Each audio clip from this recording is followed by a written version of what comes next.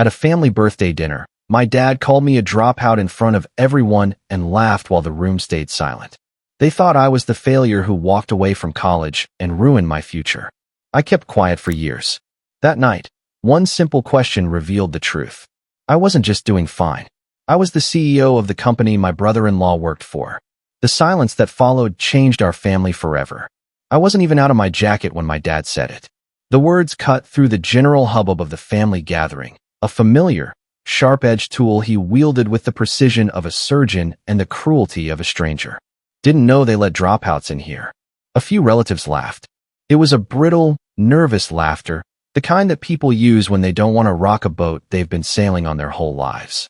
I just nodded, a motion that felt less like agreement and more like the bobbing of a cork on a rough sea, and took a seat at the back of my grandmother's living room.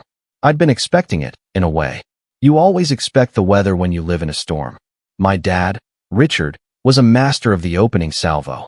It was his way of establishing dominance, of reminding me and everyone else of my designated place in the family hierarchy. I was the disappointment, the one who didn't finish college, the one who took a crazy path, the one who, in his eyes, had thrown away every opportunity he never had. I'd heard it all before.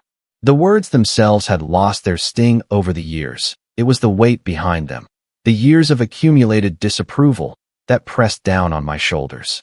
My grandmother's house hadn't changed in 30 years. The same floral wallpaper, the same ticking clock on the mantelpiece, the same smell of potpourri and old wood. It was a museum of my childhood, a place where every corner held a ghost of a younger, more hopeful version of myself. The version that still thought he could make his dad proud. That version had died a long time ago, suffocated under the weight of expectations I could never meet. I kept my head down, scrolling through my phone,